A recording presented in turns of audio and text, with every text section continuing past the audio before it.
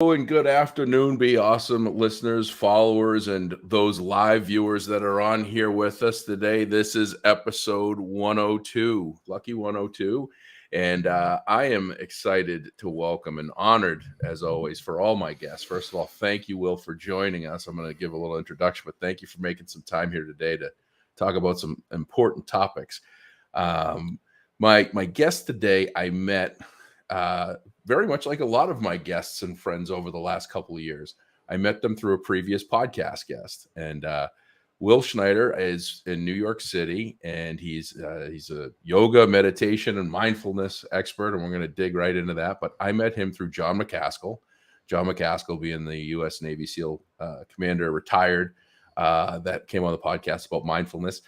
Will and John, I want to find out how they actually got together because I haven't heard that story. I don't know. But these two guys found each other. They started a podcast called Men Talking Mindfulness, raw, uncut, and unapologetic. And it has become in the top 2% of podcasts, I think, of all 3.6 million in a very short amount of time. And they're doing something I think really cool. And I think Will's doing something really cool, amazing, and important, which is helping men today with mental health issues and doing some really cool stuff. So I sent Will a note last week and said, "Hey man, when can you come on?" And he said 4:30 next Thursday. And I said, "Done. Write it down, Charlie Brown. Here we are." And so Will Schneider, welcome to the Be Awesome podcast, my friend. Hey Joshua, it's great to be here, and I'm feeling awesome today, especially hanging out with you, man. It's it's nice. We've talked on the phone a couple of times, and it's nice to I can't wait till we hang out and have like a cup of coffee or a beer or something in person. But it's great to see your face and have this discussion today. So I really appreciate this opportunity. Thank you so much. I think you and John for a while were competing as to who could wear Be Awesome shirts more on episodes of podcasts and where in the world are you? Like everywhere I looked, I'm like, these guys are wearing my shirts more than I am. I love it. So, I had to send you more at Christmas time because I felt bad you were wearing the original ones out. So, appreciate the support and more importantly, the friendship, even though we haven't. This is one of those cool things about COVID, right? We don't talk about the cool things of COVID, but there are two things that are really cool about COVID. And I shared one of them with you, which is men's yoga pants, which I'm wearing right now, which are amazing. I wanted to see what all the hubbub was about with all the women talking about their yoga pants. Men's yoga pants. For those watching, they're completely different. If you can see it, they're baggy. They're like MC Hammer pants. Oh yeah, you got they're called harem pants. Pants. Harem pants. Yeah, you thought I had the tight ones. You looked. I wasn't sure. I wasn't sure. I was like, what's he doing over there? So COVID brought two great things to me. Men's yoga pants, harem pants, and they brought me people like you that are not next door to me, that are hundreds of miles away, that we could build a bond in a relationship that you would think that we were friends for 30 years. And that's pretty cool. So, but I know a little bit about you.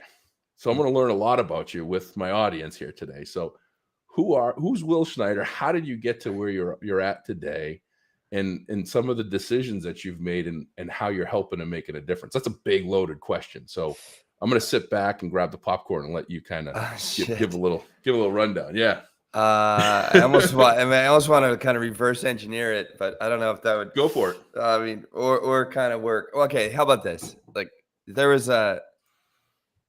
grew up in a small town in Pennsylvania, like 30,000 people, maybe, the coal mining regions of like the Poconos is where I grew up. Parents are still with me. Thankfully, they've been married like 55 years. And also not just like, and I have two brothers. I'm the middle kid. And I have, a large extended family back in Pennsylvania that, so we connect, talk about connection. We connect every year at a reunion that's been going on for 75 straight years in the same place every year for 75 years. My grandfather started it. My dad took it over. And now me and my brothers and my other relatives have been passed the torch.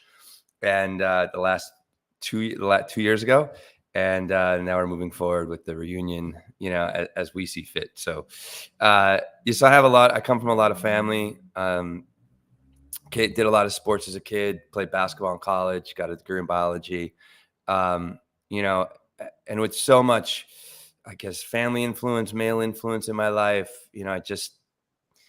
I was never and a lot of my family, a lot of professionals, like a lot of teachers in my family. My dad's a teacher, my older brother's a teacher right now, and a lot of my other relatives are teachers. And and we had a good life growing up. As far as we camped a lot, hiked a lot, um, you know, did a lot of outdoor stuff, which I was always outdoors as a kid. I mean, thankfully, I didn't have any technology when I was a kid, like cell phones and shit. I was always like jumping fences, climbing trees, trying to, when I got older, like blowing stuff up and burning stuff, like, I think like we need to as young adolescents, Yep.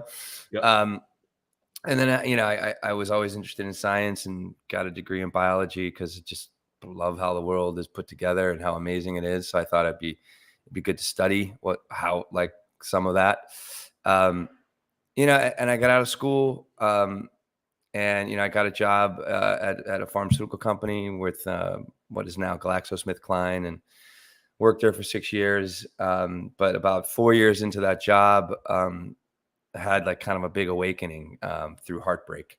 I was kind of looking for that one missing piece to the story and the narrative and the puzzle that I've been kind of putting the pieces together. Basically, this is like when I was 27. So up until this moment, like I was just kind of living the prescription, the narrative, the story that my family was always living. Work for 30 years, whatever, retire, and then you can start enjoying your life. No fault to other people that want to do that or that are in that in that place right now. But after I had this heartbreak, it's my first time I fell in love.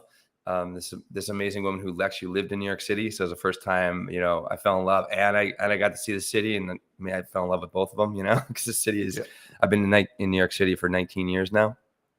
And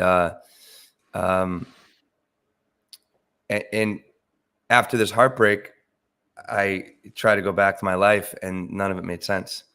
I understood that, so what I ended up doing, like, to kind of fill this hole, I was like really lost and very devastated. And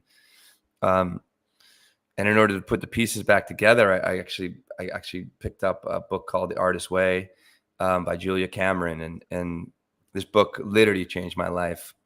It's not just a book you read and, chapter to chapter, and then put it down and pick it up a little bit later. It's actually a workbook, and it's 12 weeks in which it's all about discovering and uncovering and understanding how you can live a creative life, whatever that creativity looks like. And but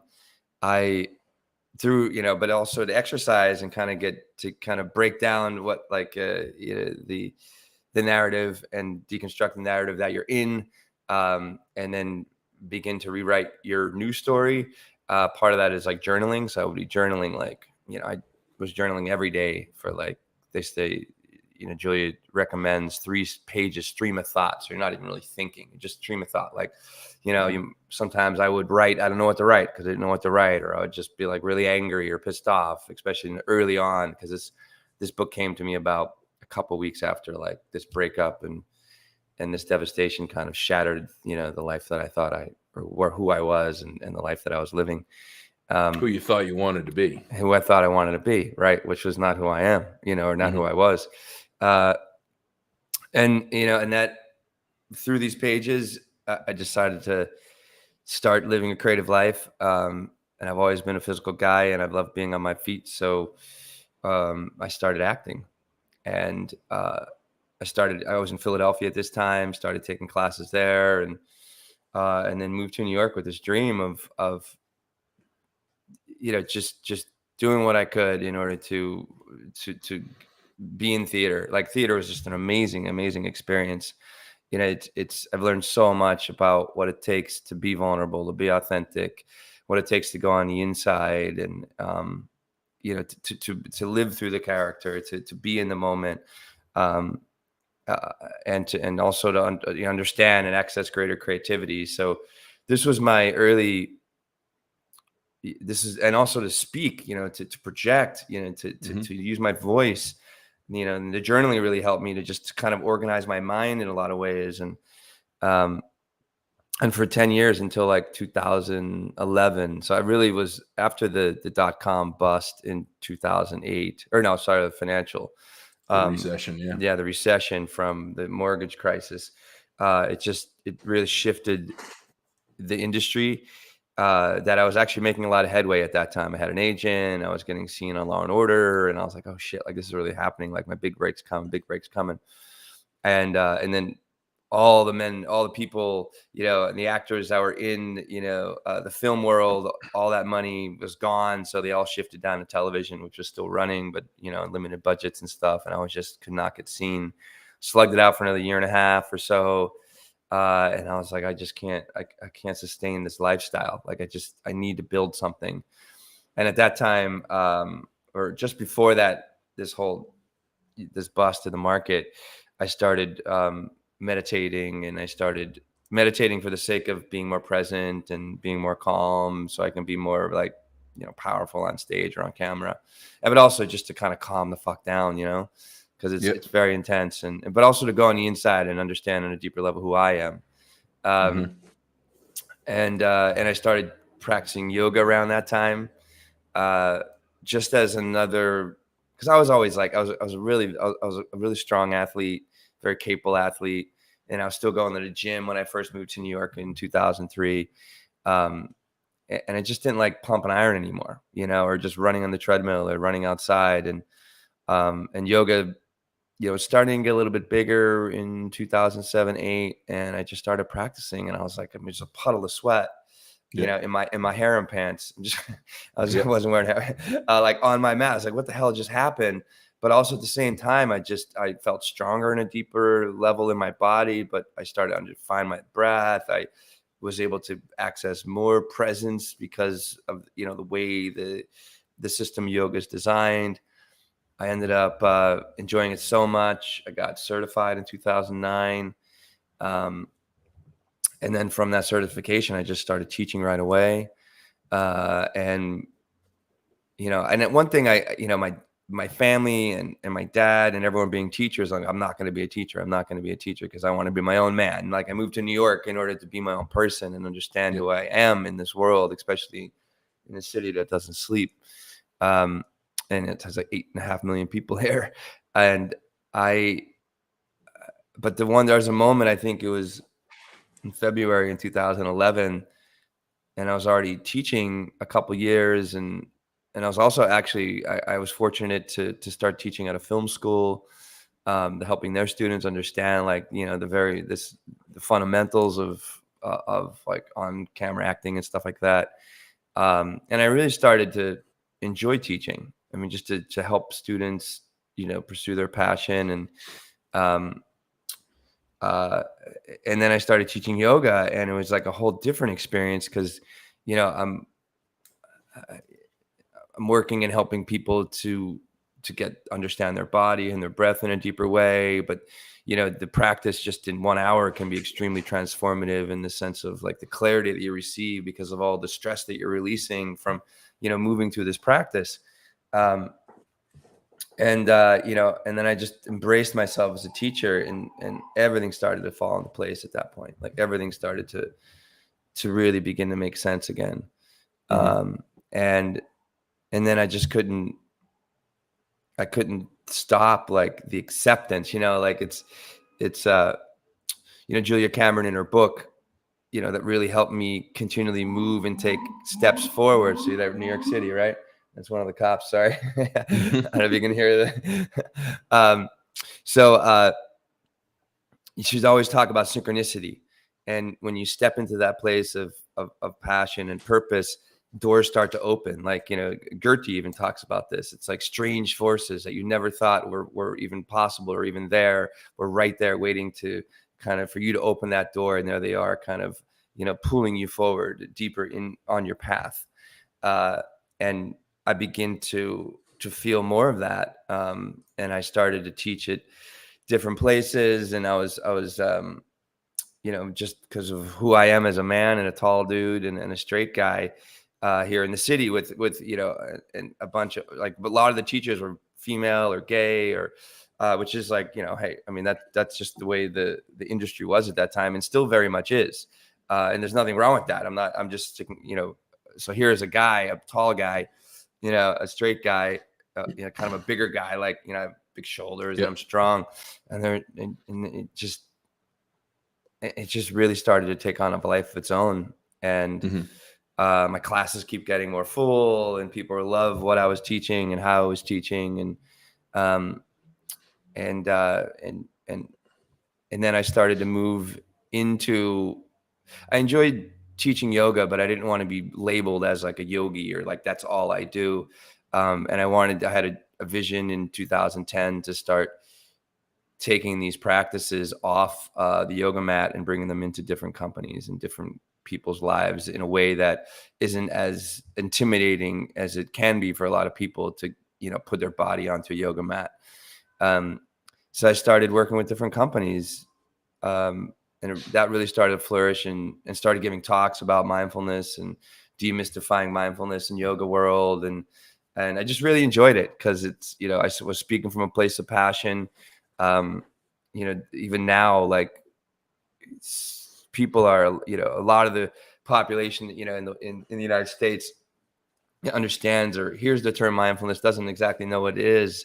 And I enjoy explaining it, and explaining how it works, and then get practical and pragmatic, and helping people to practice. And it's amazing the epiphanies and the inspiration and the encouragement that they begin to feel by just taking a couple breaths, by just dropping into a meditation, by doing some simple, easy movements, that can be considered yoga postures. And then it's different working in a corporate setting, especially when they're like paying you and you're responsible. One of the first groups, I mean, I was working in different places, but just kind of maybe doing a couple weeks here and there. And then I ended up getting like a contract for like 16 weeks with this public relations company here in the city. And it was like 25, students or members of this team. And I walked them through an entire program that I designed. And it really took a lot of work in order to like, okay, where are they? How do I communicate this to them? How do I make it pragmatic as well? And how do we practice? And it was just such a great challenge that it really helped me to clarify the messaging and how to teach it most effectively. And, in understanding, meeting people where they're at, and not judging them for where they're not, that kind of stuff. And then I just kept working in this mindfulness space, and pandemic hit. And then it was just this, I got a massive influx of us teaching classes, yoga classes virtually. I was doing meditation and breath work online. I started helping right away a lot of companies dealing with this massive transition to being at home and online and working remotely. And at this time, like it was like June of 2019 is when I met John, who's the co-host of Men Talking Mindfulness with the pot, which you talked about at the top of the show. And, John and I met just through a contact that I had met on an all men's retreat in Bermuda in 2015. It's Scott Tucker. Like he's been on our show. He's such a great dude. And if you don't know him, Joshua, like this is a guy, and he's a veteran as well, West Point graduate. He's been helping veterans for years understand and maximize their money and understand their benefits coming out of the military. And he couldn't be a kinder guy. He's fucking great. He's such a great dude. Like just a great, really, really great guy with a lot of compassion to help other people. And after this all men's retreat that I was asked to teach on and also be a student of, I just saw the need, there was such a need for men to be with other men and to practice together. And this is all set up, this retreat, by a bunch of life coaches and stuff. And I was, and another teacher friend of mine, male teacher friend of mine, we're doing, teaching yoga and meditation on this retreat, and mindfulness. And then and then fast forward to like 2019, where I still maintained a friendship, and I still have to this day with Scott. And then he heard, a Navy SEAL is going to start teaching mindfulness. And then he's like, hey, you got to talk to Will, or you got to talk to John. And he set us up on LinkedIn, and John and I started talking, like every month, just 30 minutes talking about mindfulness, talking about books we're reading, and kind of encouraging and inspiring each other. And we lost track of that monthly call. during early COVID, and then John saw me on Instagram, like start dropping in and doing all these live classes that help the public, with meditation and breathing and yoga. And he was like, why don't we do something live together? And in that moment, I was like, yeah, I'd love to do something live on Instagram. And like, let's, he goes, what are we going to call it? And I was like, we thought for a second, I was like, let's call it Men Talking Mindfulness. And here we are, where we're down. We have over 100 episodes now. I think actually we might be recording our 100th episode this Friday. We have like a New York Times bestseller coming on this Friday. James Doty, Into the Magic Shop. He wrote Neurosurgeon. Great book. I really enjoyed it a lot.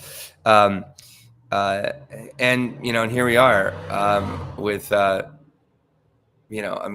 75,000 downloads of our show so far. We get comments all the time from people, how it's helped our episodes have helped them, in their relationships and their lives, understand a deeper part of themselves. And and I'm still living in New York. I manifested this place I live in now.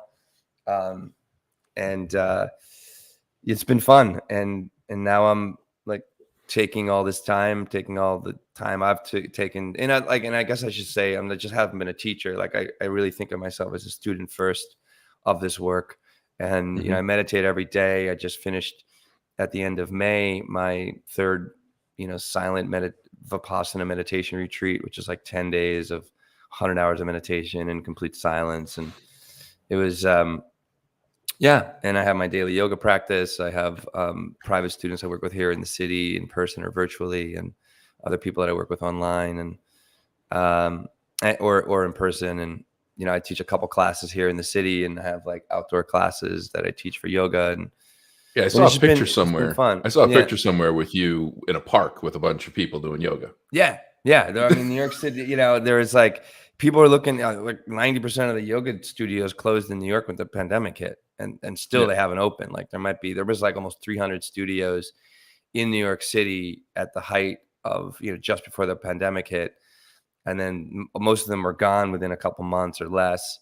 And people are looking to do yoga. And I've grew a significant following of students that like what I do and like what I teach. And I have a bunch of emails, and, I can get, 10, 15, 20 students outdoors practicing yoga. And I'm going to start my Sunday class at 11 a.m. on this Sunday. So in the fall. Yeah, you hit a couple of really interesting personal pieces to me when you were sharing your story, and thank you. I didn't know 90% of that, and now that I knew that you grew up in the Poconos, I can ask you which hotels still have the champagne glass hot tubs. I went to one of those for honeymoon hotspot. But no, I mean, I always try to picture people that I meet that I don't get the backstory, right? Yeah. Because you meet someone, like, well, tell me where you grew up. Tell me how many, relatives you have. Tell me what your parents did. Tell me. You kind of learn that as you go along. And this podcast allows me with a lot of times to learn a ton about people that I know, but I really don't know. Mm. And when I thought about your backstory, that was none of it. Do you think I was from California? People usually think I'm from California. I just figured you were just this laid back, like you just come across to me as someone that has just been very level, very laid back. And this was your calling. Like I didn't picture you going through the same triggers that I went through, which was, feeling like you had to be something because what other people either made you envision what you were supposed to be or what you believed you were supposed to be based on upbringing and other things. I didn't see that. And that's pretty powerful. But I listened to you and I sit here and we talk, you said something about, being a straight male in a predominantly female or gay and female place, and being a male and doing yoga and getting vulnerable, it's tough. And I'll tell you from personal home experience, because right above me is my fiance doing part of her yoga certification right now, which she does every day. the Vinyasa Institute, I think it's called, in Austin. They Right. opened up their 500-hour certification once because of COVID online. So she's been doing that. Excellent. And she's amazing and unbelievable. And I'm her guinea pig that she'll test me out on every once in a while. And it's not just because she's my fiance. It's because I'm stink at it. I'm not flexible. It's difficult. Like you can't pick up a barbell with big weights on it. Yeah. Okay. I get that. Can't pick yourself up and put your feet up against a wall and sit there for 2 seconds. You feel pretty bad about yourself really quick, right? You're using your body weight and other different things to get comfortable. It's really tough for people to embrace that and understand that. And I think that that's a great thing that you're doing, because you're helping. You being at the front of the line is making it so that you've been there. You can say, "Hey, I've been where you were at. I couldn't put my feet up over my head and stand up against a wall and do all this other crazy stuff." Yeah. And the mindfulness. My therapist turned me to mindfulness when you're talking about helping companies and things. I think his name was Michael Carroll. Awake at Work. Okay. You ever read that? Yeah. No, I haven't. He was a mindfulness practitioner. I believe his story was that he, I can't remember what the story was exactly, but he went and learned about mindfulness, and I think he went to someplace and disappeared for a while and came back, and he basically tried to get people to. He's got retreats that he does, but basically share what mindfulness is and the importance of stepping away and understanding when things get overwhelming and the importance of breathing. It's kind of like every keynote I do, I test the audience. I go, "How many of you breathe?" Everybody thinks it's a trick question. We all breathe, but we all don't know we breathe. And I'm definitely not that great at it. And the last thing that I want to touch on, which is where I'm going to go with you on this, because I really want to dig into one, your position, because I asked you before we started, do you consider yourself a yogi? And you said, no, I help emotionally regulate people, which I want to get into that. But sure. The specific work you do with men in particular, and the timing of life and how stories happen is nothing short of amazing. I just think that the touch points for my life are so in tune, whether I realize it or not. I met Mark Resnick for an hour, previous podcast guest, author of a book that's around here somewhere, 10 Days with Dad, but his dad had Alzheimer's. He's part of the Build Your Life Resume program that Jesse Itzer puts on that I'm a member of. And on the podcast episode, we talked about how I want to write a book. And he's like, "I'm going to be your accountability coach. We're going to get your book written because it's way overdue and people need to hear your story." And so I met him for an hour today at Panera Bread that turned into 4 hours. Oh, wow. And, nice. And we're on like hour, like 2.5. And he's got 10 pages of notes. And I'm like, and we just got up to third grade. I'm just learning how to ride a bike, the storytelling and the ideas and the thought process and everything. And we got towards the end and he said, "Do you meditate?" And I said, "Not enough." And he sent me a series of notes and for me to think about, because I have to write an hour every day. But what was interesting was he asked that question, and one of the things that he put as to bullet points that he took away from my writing was you and your mental health, anger, depression, loneliness, and confusion. And that's what he wants you to write about? That if I'm comfortable about writing about that stuff. And so I was sitting there going, yeah, I talked about trials and tribulations, challenges and things, but I never really talked about mental health. I never really talked about depression. I never talked about loneliness or confusion. And then when I thought about it and I looked at what he wrote, I go, wow, there actually is a whole lot more there than I than I knew this 4 hours. And that's where he was asking about me meditating. Like, do you take time for yourself to put it all together and to step away from it all? Because what you got going on and what you've had going on, it's a lot, brother, and you got to take care of it. And I was like, yeah, I never really thought about it. And so when you were telling all this story, I'm sitting here thinking about this email that he sent me that he specifically said, if you're comfortable talking about these things. and tying that to meditation. So let's talk about your passion. What your passion is helping men. One of your passions is about helping men. Yeah. Emotionally regulate, which is Yeah. big, and how you do that, and go from there. Yeah. Well, man, I enjoy helping all people, but I really enjoy helping men because I feel like I've I just understand man stuff because I've been a man. You know what I mean? And Yeah. and you can hear from my stories that I needed to build to where I am today. I wasn't Yeah. I didn't have parents that were like hippies or I don't think I heard the word meditation or in the way we traditionally think of meditation now until I don't even know, until maybe 2005. And I enjoy helping men because it's great working with them. When the student is ready, the teacher will appear. So when a man's ready to really and when they're frustrated with how the stuff that I kind of talked about earlier in my life, the life stops making sense, or they're abusing some sort of substance or sex, or they're in a bad relationship or have a series of bad relationships that they just keep falling into.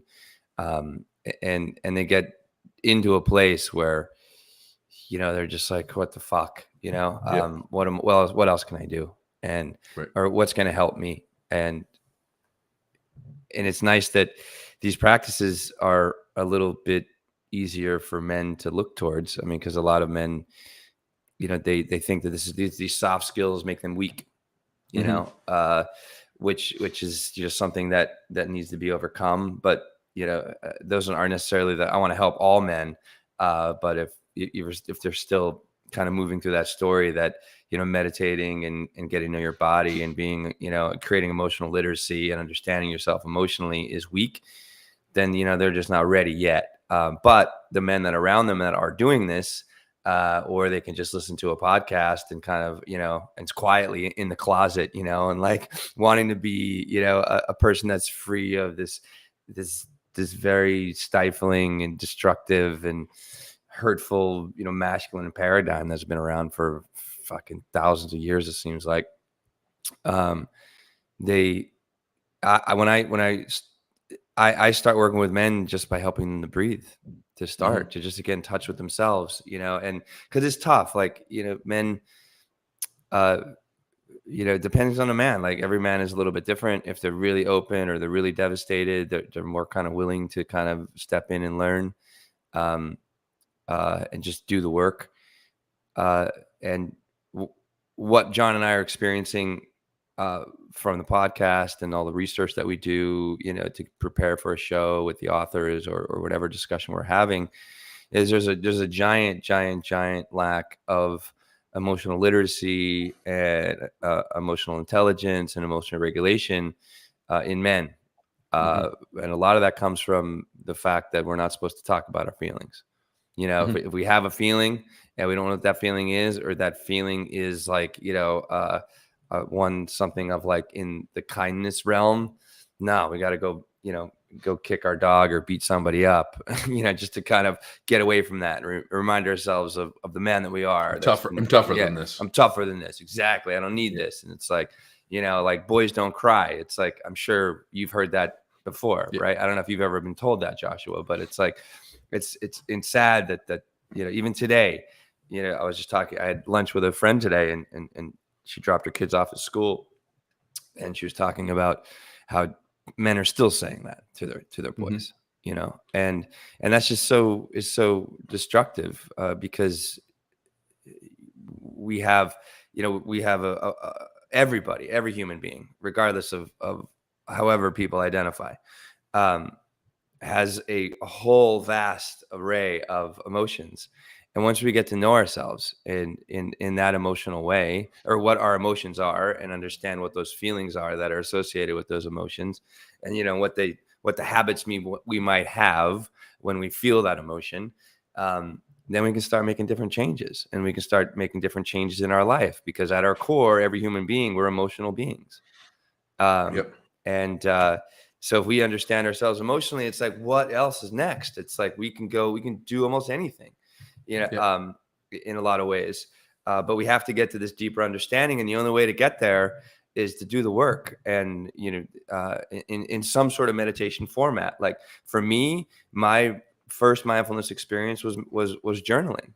And meditation might seem intimidating for any listener out there, or man out there, but just to start to journal your thoughts and your feelings, and to kind of like make connections between them, and to kind of keep digging down deeper into like who you really are, not like the persona that you put on it, in your relationships and at work and in the community. It's like who you are. Then you can start again making changes and getting stronger in who you really are. I don't know if I'm answering your question here, but no, you are, and it's spot on. And again, my relation to it is that boys don't cry, men don't cry, what have you. They never said that to me. But my father, who's my stepfather, who's been he's my dad. And he's been with me I've been with him since I was about 8 years old. Vietnam helicopter pilot for the 101st, tough guy's guy. Yeah. If he didn't have a flannel shirt on, he didn't have a shirt on, because that's what he had to wear. And he looked like a lumberjack. Could pick up anything, could fix anything. If it couldn't be fixed with, electrical tape and super glue, then it couldn't be fixed. That shit, right? Yeah. But it's funny that we're doing this today. And I mean, we planned it a week out, and obviously I can't plan. My father's 70, I think he's 77 now. And he's at the end with dementia. He's I'm very sorry, man. I'm very sorry. Where the only answer he has for me is yes. And I never saw emotion from him. And I watched his father die. I watched his dad die in a hospital. I was the only person with him. And I went out, and I was emotional and sad, and gave him a hug and told him how sorry I was. And he never broke his face, and never broke down, never did anything. Was very stoic. And I went and visited him today, and he was in bed, and I kept trying to talk to him, and he couldn't answer me. And I saw him, tear up, and I was like, I can't believe that this is me seeing, emotion in my father, and his, towards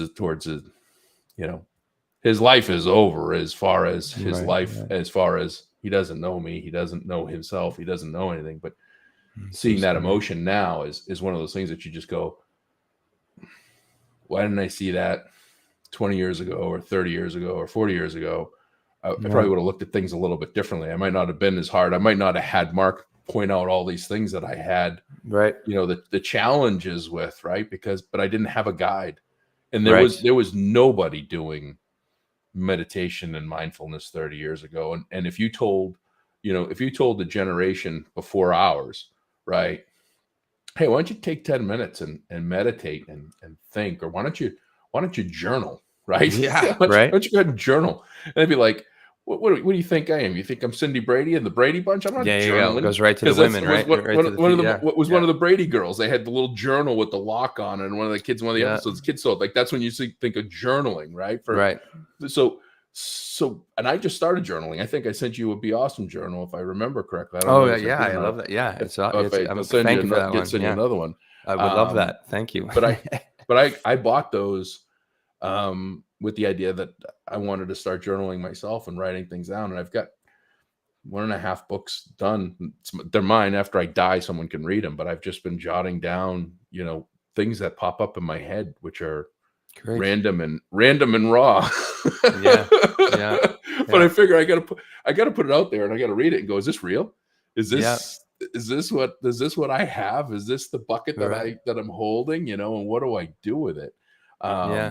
Just leave it alone sometimes. Like, with the journaling the way I learned to journal originally, through Julia, is just like, she wouldn't even let me go back, during this course I took. I wasn't able to go back and read it until like the 8th week. She's like, just fucking put it out there and let it alone. Let it alone. Don't judge yourself. Don't qualify it. Don't, try to edit it in any way. Just let it go. Let it go. Let it go. Let it go. What was it like when you went back to it? It was, I started journaling in 2001. And I still have all the notebooks. I mean, I have like buckets. I can't see the camera. Stacks of notebooks. I don't know how many more. I don't know how many I have. There's been times like over this. It's literally, I can't believe it's 21 years I've been journaling. So there's been times where I wouldn't journal for like 6 months or something like that. But I always find my way back. It's my first thing I do in the morning. Journal, coffee, journal, a little bit of movement, and then I sit and I meditate for 30 minutes or more. And it's like that morning routine is so key. But one thing I like to say about, I'm very sorry about your dad. And my dad, thankfully, is still with me. And still, I saw his mother die when I was 26, I think, when my grandmother died. His mother, and never broke. Isn't that interesting the way you speak of it too? Never broke. Like what are they breaking? Right. You know what I mean? Right. Like, you know what I mean? Like, I understand what you're saying. He's breaking his daily, what he was, Yeah. And I was 20, and I happened to have been 26 when my grandfather passed away. As an odd similarity. Right. And also, and would your dad be of better health right now if he gave himself that opportunity to express himself emotionally? I mean, I don't know, but I think there's a lot of help. There's a lot of destruction. I've seen it when boys don't cry. This is one of my cousins who my generation says to his boy, who's now 25, maybe 26. I saw him when he was 10. He was crying at a reunion that I talked about, and in front of everybody, he's like, "Boys don't cry." Literally berates him in front of everybody. And 3 years later, he's like, he's becoming a really good baseball pitcher and stuff like that. And we're pitching wiffle ball at the reunion this particular year, and he's not doing so well, right? And he was like maybe 15 at this time, 16 or something like that. And he's in front of the entire family, and he's really struggling up there because here's this great pitcher, and he's not doing well in front of the family, and not like he needs to perform, but like that's how he's been kind of raised in some ways. And he had tears in his eyes, but would not let one fucking tear drop. And then and here he is 10 years later. He's great. He's a good cousin of mine. He's a great kid. But it's like, holding that in, what is that? It's like it could turn into a cancer. It can turn into, it's got to go somewhere, right? Energy. Yeah. Please, well, I mean, 1 in 200 or 1 in 250 people that wake up every morning contemplate committing suicide. Fuck, man. That's the statistic. I think it's 1 in 200 or 1 in 250 consider themselves not wanting to live their life every day in the United States. And I think you told me the number. It's a 4-time more likely that it's a male. And I think that statistic. And I think then when we talked about cardiac arrest, the likelihood of cardiac arrest of a male is X amount times greater being male.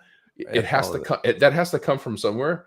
Yep. And when we look at it, in my case, my better half, she's sensitive. She's emotional. Yeah. She cries. Like we brought our 4-year-old to his first day of pre-K 2 days ago.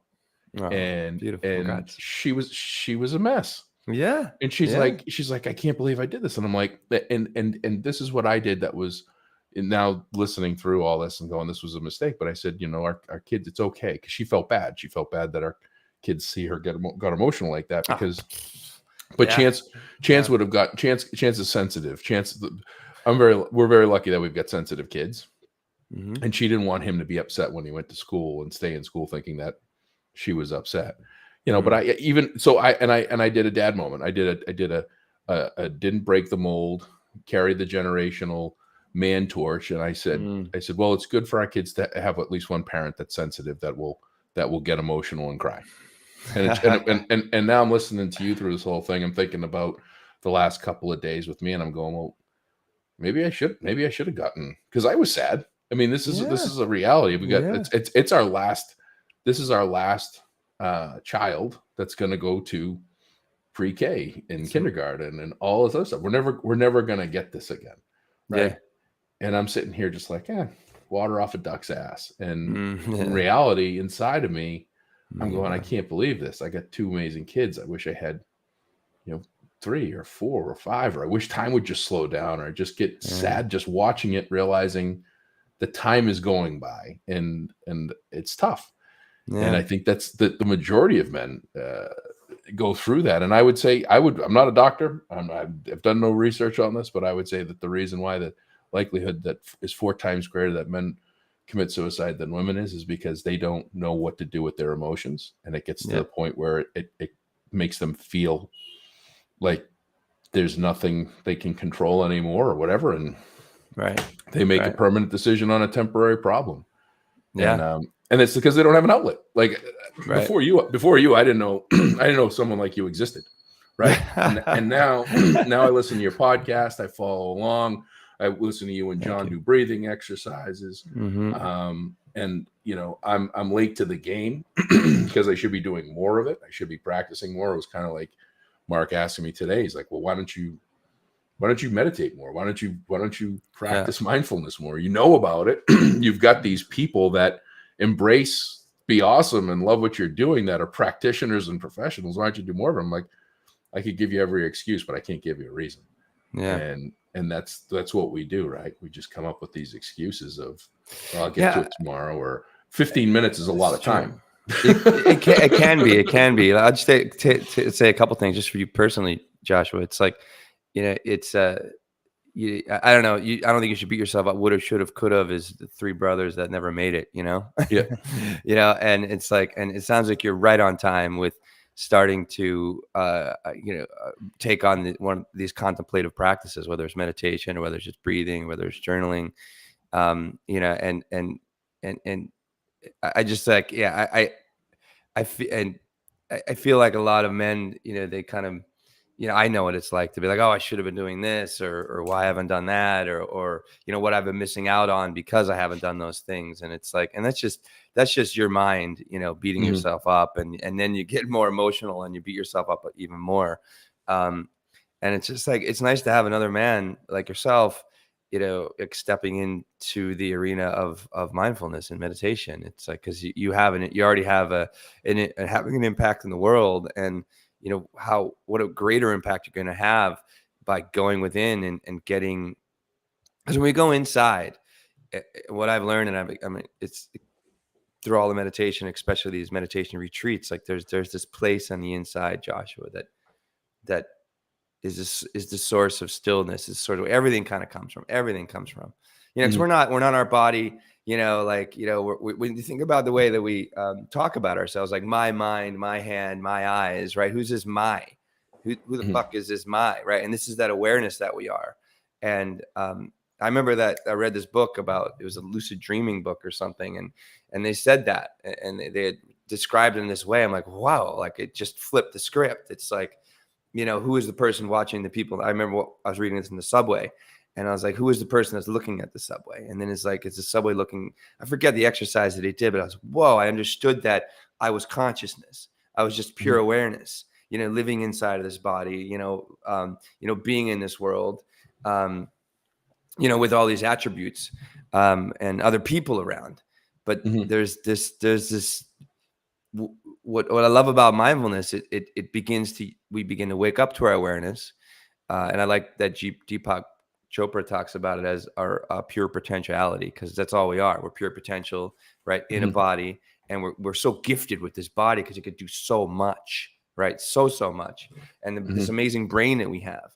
And if you start to use that brain, and but also like this source, it comes through the heart. And I think that's a big piece of what's lacking in men, is living from the heart. Like actually on our guest tomorrow with James Doughty in Into the Magic Shop, his teacher in the book is he became a neurosurgeon, but he got there through meditation and manifestation, and lived very successfully on the outside for a very long time. But everything came down to crumble. Everything crumbled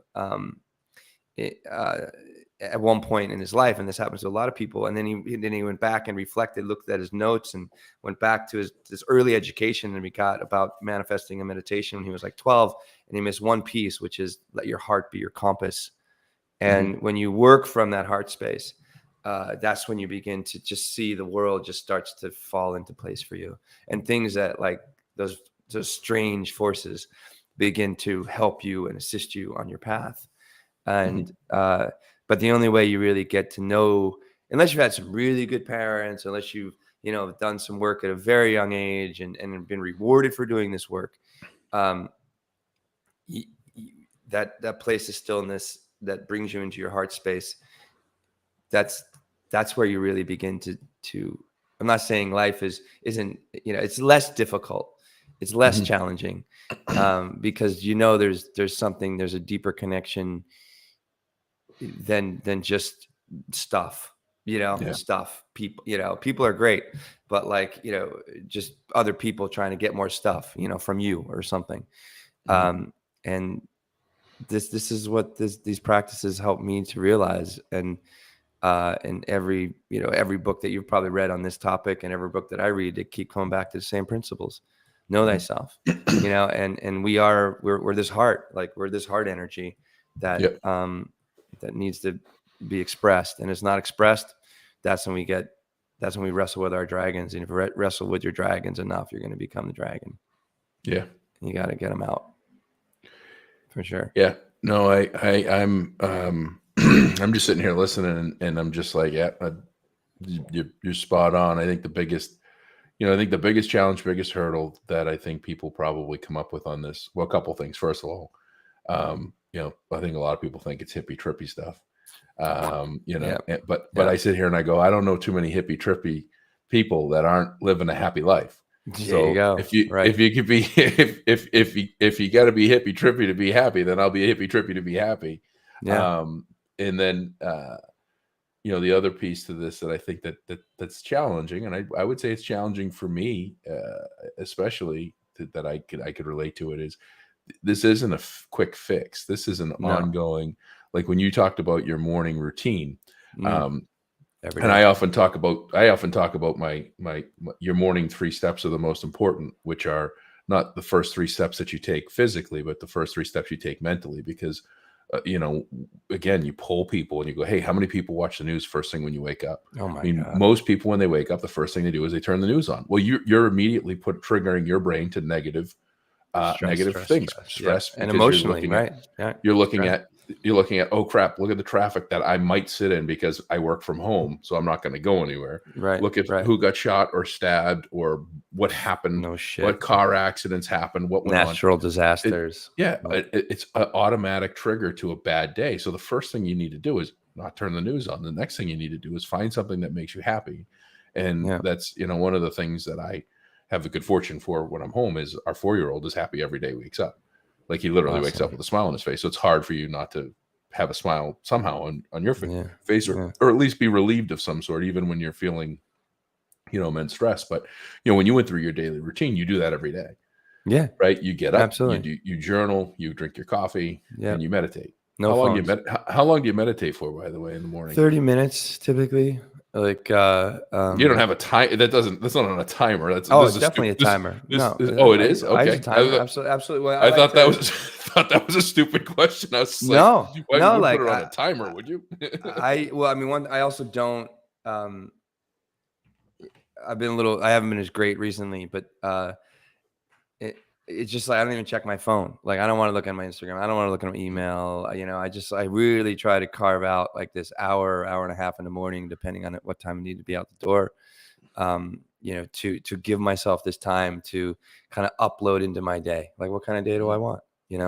And with meditation, so I kind of,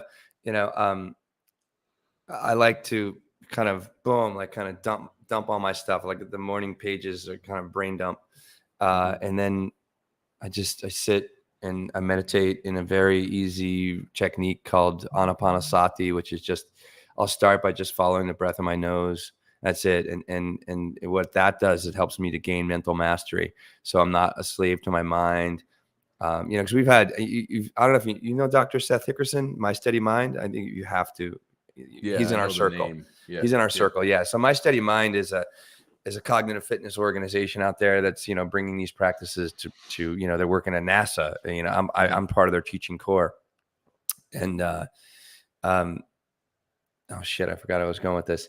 Uh, but it's yeah. So the breathing practices just help us to gain mental mastery, and if we gain mental mastery, then we can start to emotionally regulate. Because if I can gain mental, also the STIA process I was going to talk about. So this is this is how we designed as human beings, like neurologically, how we work. And I think and what I love about teaching this stuff, and what we lean heavy on in the show, and we have people like Dr. Seth Hickerson to come and help us to enhance and have more of a scientific conversation about how mindfulness works and how we actually function as human beings, and how mindfulness helps to change the process and facilitate a process called neuroplasticity, when it can literally change our brain with these practices.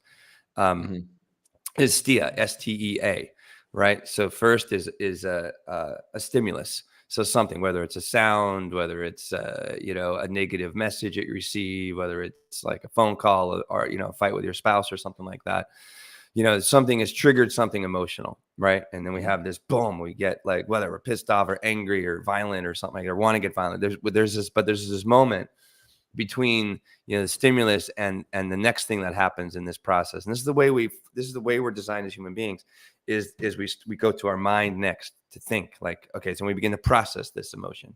We begin to process, okay, what does this mean? Is this a threat? Whatever the situation is, it's like whatever it brings up into the mind. And then the thought goes to an emotion, right? The emotion then drives the A, which is the action. And what these practices and what meditation helps us do is we have that stimulus, right? And then, and as we continue to practice and we develop this mental mastery and we begin to know ourselves, on a deeper mental, physical, and emotional level, then we can actually put a gap between the stimulus and the thought. And we can control our thoughts. So therefore, we have a great opportunity to emotionally regulate, right? And not, fall into, that anger or whatever it is, and then take actions based on those emotions. And this is how this stuff works. And the only way it works, and you said it earlier, is by practicing. It's not like you just take a magic pill. It's like this is all the people that are listening out there, that all the men out there that are listening that love to go work out and do this and and improve their body. Like, this is cognitive fitness. This is reps for your brain and for your mind. And if you don't put in the reps, then nothing is going to change. Or things might change when you have your heart attack. People are like, oh my God, like I need to get healthier. Or that fucking scared the shit out of me. It's like, I got to stop doing these things in my life. You can wait until that moment, and hopefully you survive the heart attack and you're in good, or a stroke, and you're in good enough condition to take the next step to begin to on the mindfulness path. Or, you don't. And, but these practices are easy. The techniques are easy. What's hard is being consistent and continually showing up, right? Trying, especially, it was interesting when you spoke earlier about your yoga experience, Joshua, and you becoming a yoga student. It's like you're talking, oh, I sucked at it, this and that, blah, blah. So you start judging yourself in a lot of ways. And it's like that judgment is going to be there, because the way we're kind of, the way I was brought up in school, and we're still kind of on the same old stale, way of educating our public, is just like through memorization and this and that, and getting an A and being the best student. Oh, and you're so smart, and she's a genius and he's a genius too. And, no one's rewarded for being kind, for being genuine, for being generous, for being, compassionate with other students. We don't reward people for being good people. We reward people for being good, eventual, gears in the machine, that just keeps moving us through, and build the world that we have today. And I think, that stuff is necessary in a lot of ways, but like the sacrifice that takes place from this emotional place and understanding ourselves on an emotional level, it's detrimental. And it's like, it's interesting to see how the world right now, especially because of the pandemic, because of social media, we're losing the ability to communicate effectively with one another. Yep. And in many cases we lost it. Right. I still have hope. We got to try to figure to get it back with this is, I just see,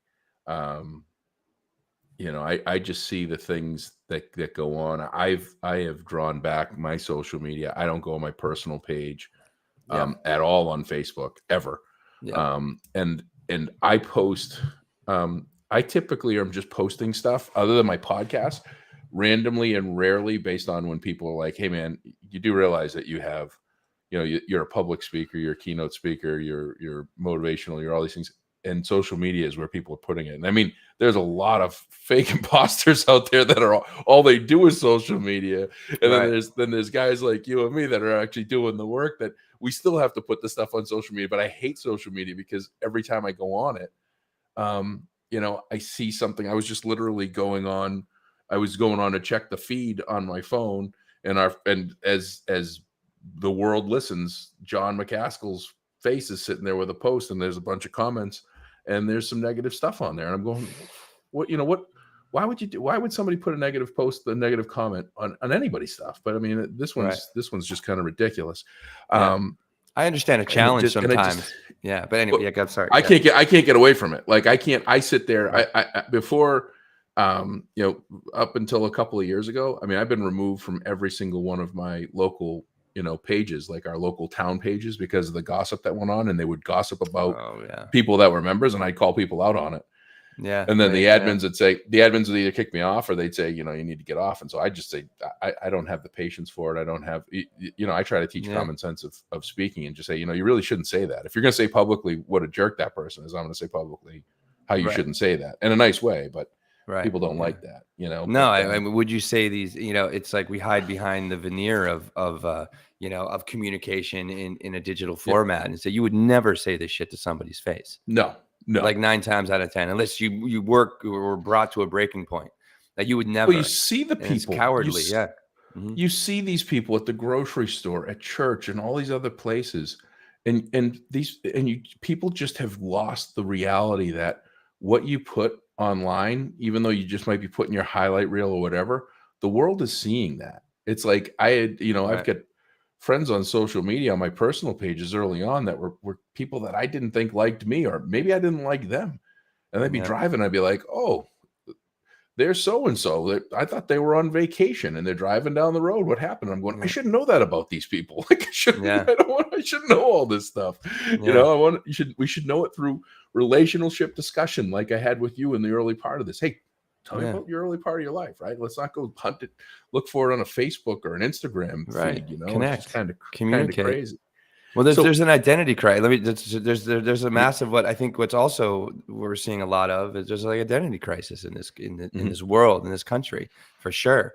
It's like, if you're not living purposefully, right, and passionately, like you can go into some pretty dark places. Yeah. And these practices are going to help you to, and what maybe why these practices can be scary for people, because they start doing it and it's like, oh, I don't want to look at myself. I don't want to undertake an inventory of my life and realize like, fuck, I really sacrificed the last 40 or 50 years for what? Right. For what end? And then, then maybe that self-judgment kicks in again. You're like, oh, fuck, like, how do I get out of this hole and do this, do that, do this? And that's why it's great to have a coach. That's why, it's great to read. And that's why I think it's helpful to understand one step at a time, baby steps, little steps, 1 minute meditations, 5 minute meditation, 10-minute meditation. And that's just meditation, but like, taking a little risk and a bigger risk and a bigger risk of like beginning to start or initiate the process of being the person you want to be. It's not like it takes a lot of hard work. I mean, a lot of hard work. So a lot of the stuff that's a challenge in our life comes from existing patterns, right? Oh, completely. And so, when you talk about the fear of taking inventory, and I have that fear, I've had that fear.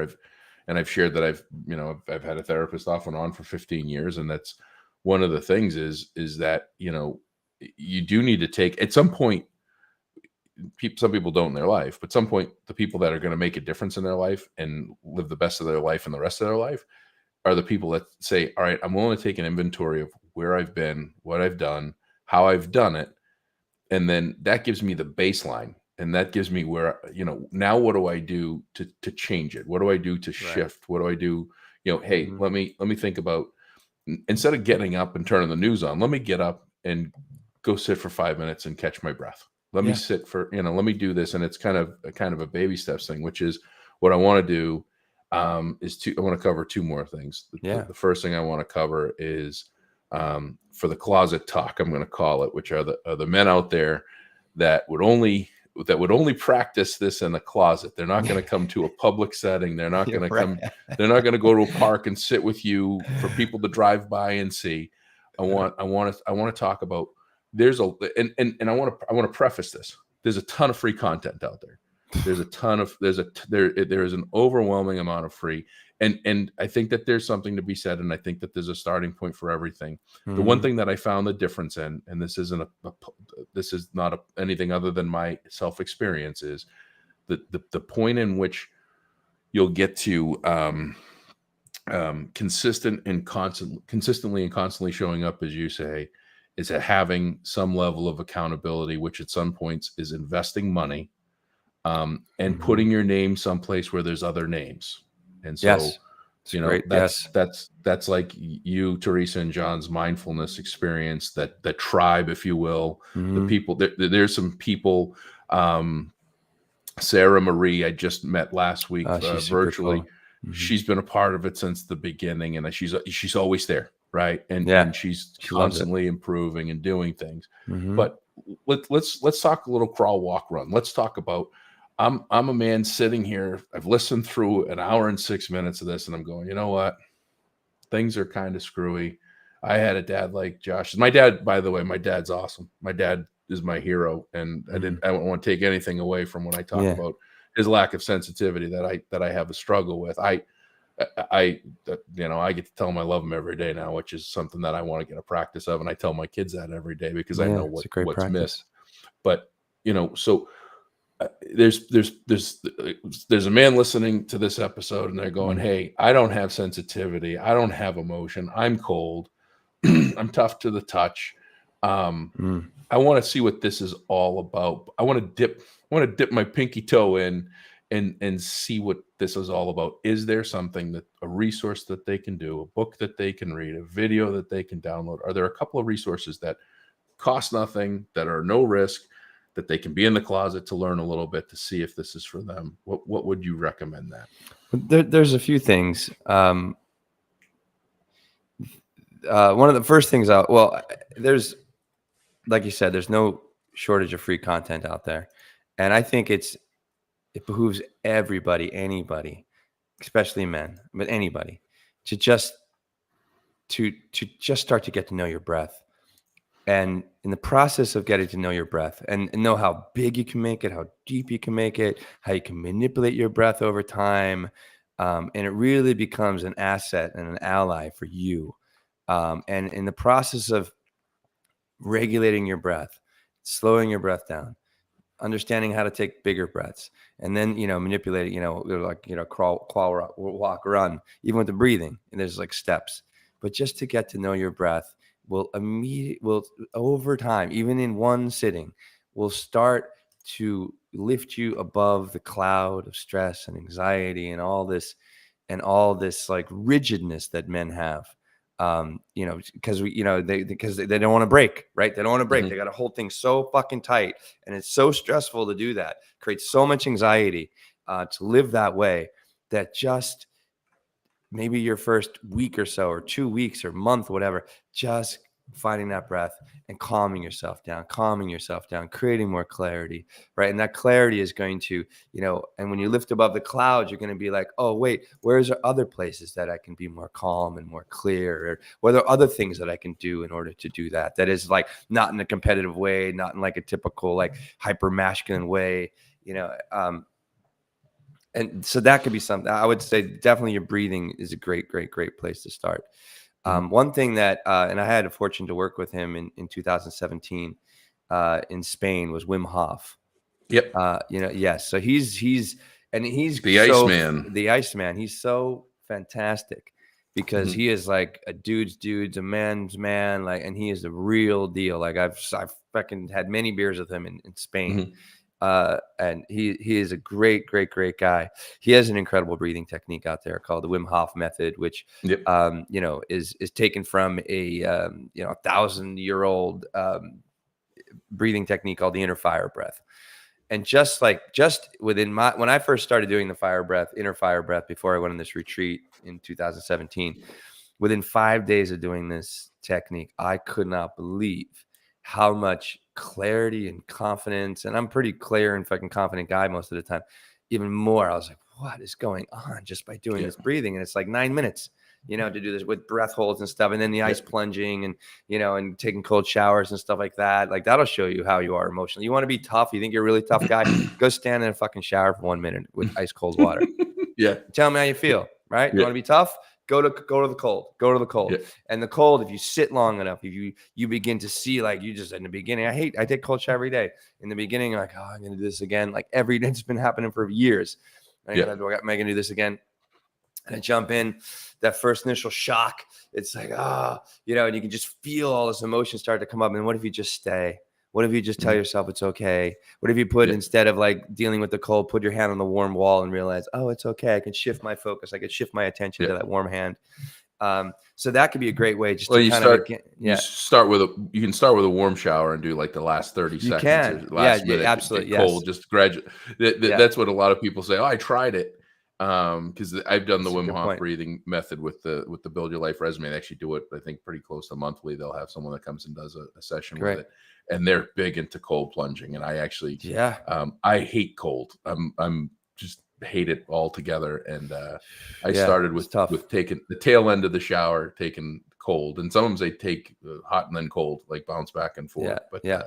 You're I just wanted to tell people, you don't get off this podcast. Go straight to cold. Don't go right to the cold. That's true. That's true. We're dipping pinky toes in here. We're getting started somewhere fresh. Exactly. I forget I've gone off the deep end in a lot of ways, right? Just go right to the cold. And I think, to shamelessly plug, the podcast, the Men Talking Mindfulness, it's like, this could be a great way just to kind of immerse yourself. And there's many different mindfulness and,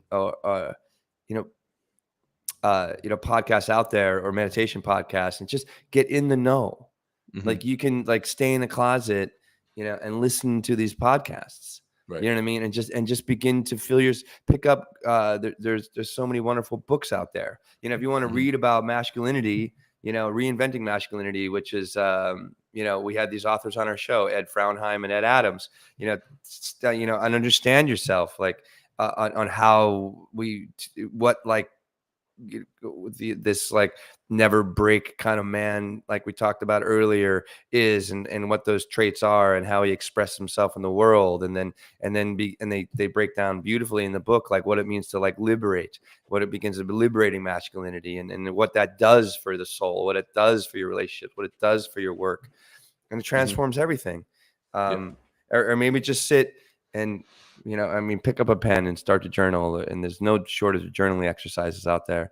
And those are some easy ways. Like, just if you're listening to this and you're even remotely curious, right, take that next step, take that little baby step. And that could be, again, any one of those things that I mentioned, I don't know if we have time, but I'd love to just do, how about we can do some breathing, a little bit right now, but just to show we all can breathe, right? And even if your breath isn't deep, like, that's where you are, that's where you start. And any good teacher is going to help you to understand that, is going to meet you where you're at, and where you're at is exactly where you need to be.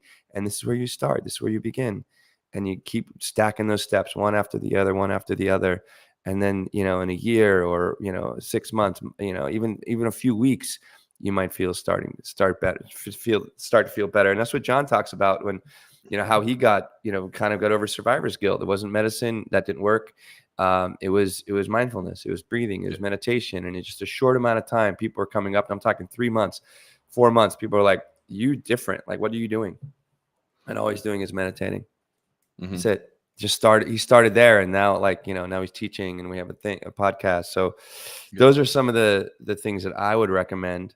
And you'll be amazed, like, when you step out into the world after, getting a little bit in the know, whether it's actually taking on a practice or just reading some great information or listening to some podcasts, you'll start to see, over time, you'll be able to evaluate, your circumstance and the people around you a little bit differently.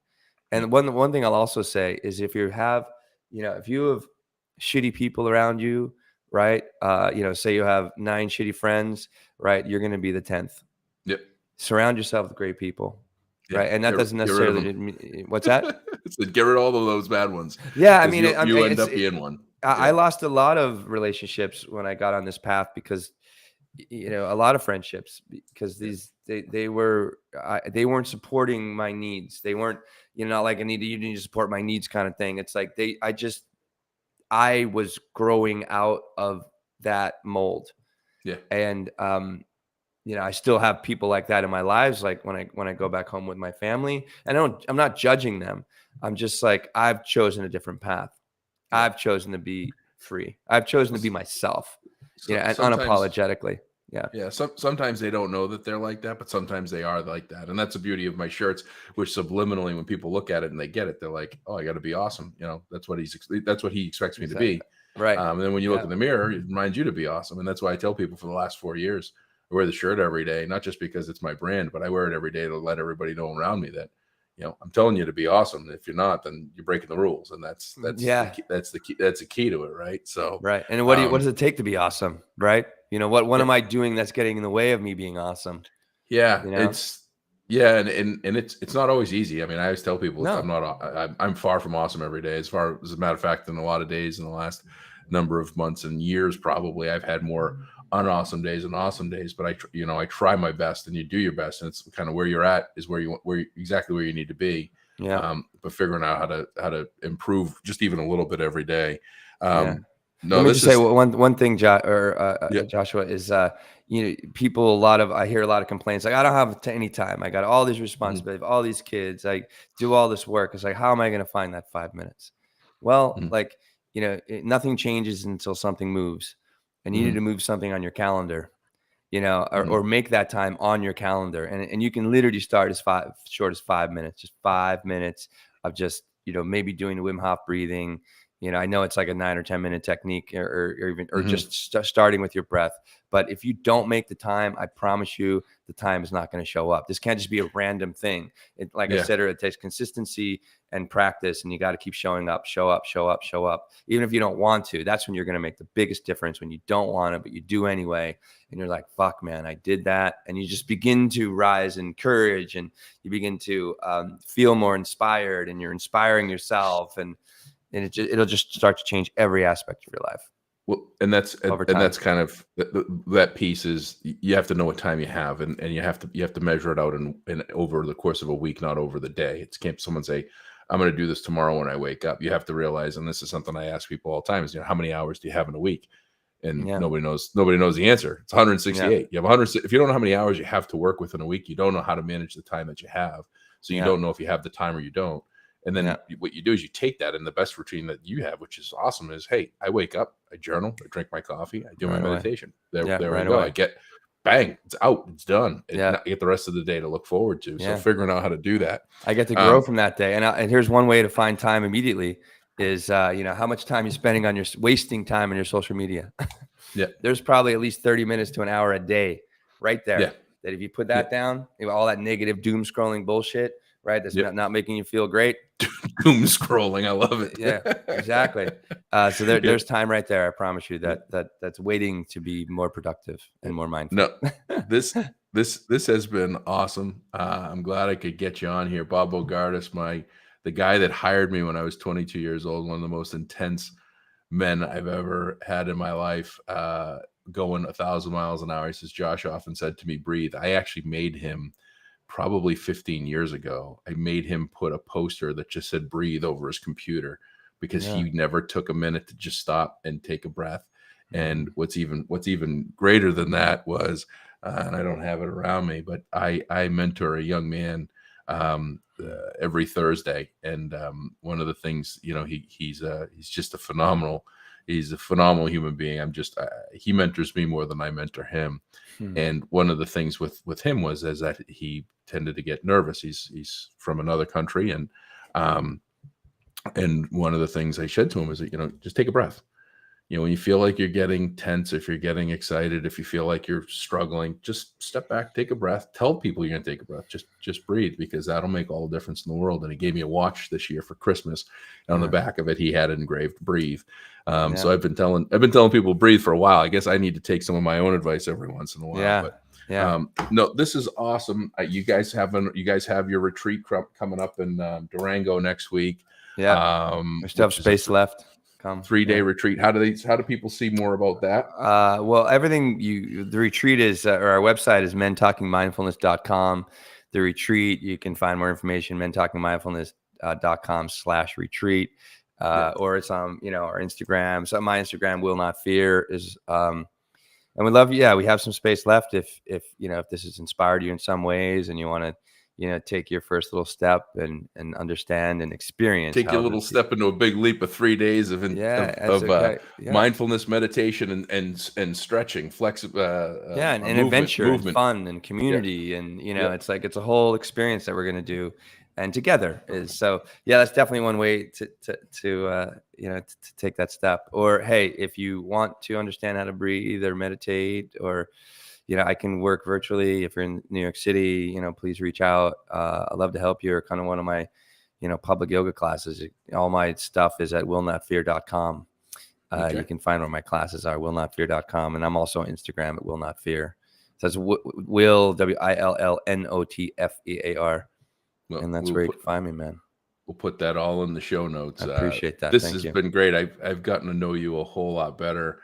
Thanks, Joshua. I think you've had an amazing impact on me over the last couple of years. I want to thank you for, and thank you for making the time to come on here. I look forward to the next chapter with you, especially the one in person, over a beer, not a coffee. We're gonna have a beer. Yeah, we'll have a beer. I want a beer. I'm gonna let you journal. I'm gonna let your journal have the coffee. I'm gonna do the beer with you. So good. We'll have a beer together. I love it.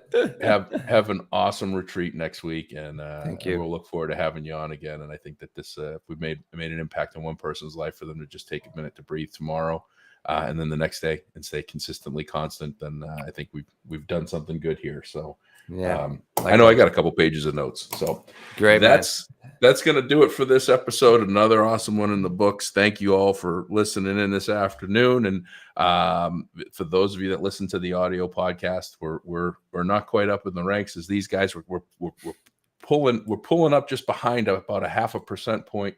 And it's because of your listens, downloads, shares, comments, and 5-star reviews. So please provide them.